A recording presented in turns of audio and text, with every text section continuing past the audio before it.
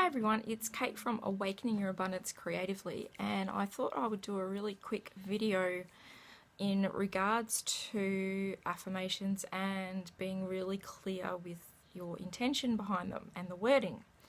And I'm doing this video because I made a mistake with my affirmations. It's quite ironic. It was when I was like videoing, recording the tags around, being specific with your words. Otherwise, if you get wishy-washy results, it's because your affirmations were wishy-washy.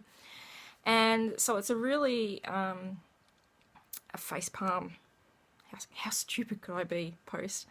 Well, not stupid, but yeah, I wasn't aware of what I was saying. And the universe takes you literally. It has a bit of a sense of humour.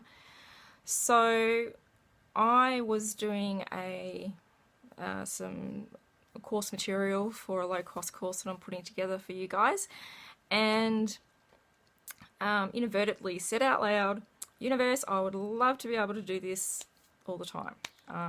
For those of you who don't know, I work part-time in a cafe, making cakes and slices and fun things. So still being creative, so I do enjoy my job, but I would love to have more time to stay at home and just create and do content and play around in the studio. So I've put that out there. Universe, I would love to be able to do this all the time. And I manifested shingles. It's like a week later I got shingles. I was off work for over 2 weeks.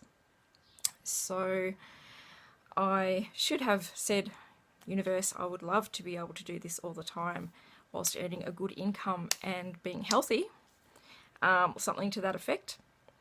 But, live and learn. I've been teaching this for quite a while now, and I've studied law of attraction for quite a few years. I think it's about 10 years. Yeah, 10 years now. So I still make mistakes. But we need to identify those mistakes so we don't make them again. So I just wanted to let you guys know. Be aware of your words, because it could come back and bite you in the butt, like me. So I hope this has helped.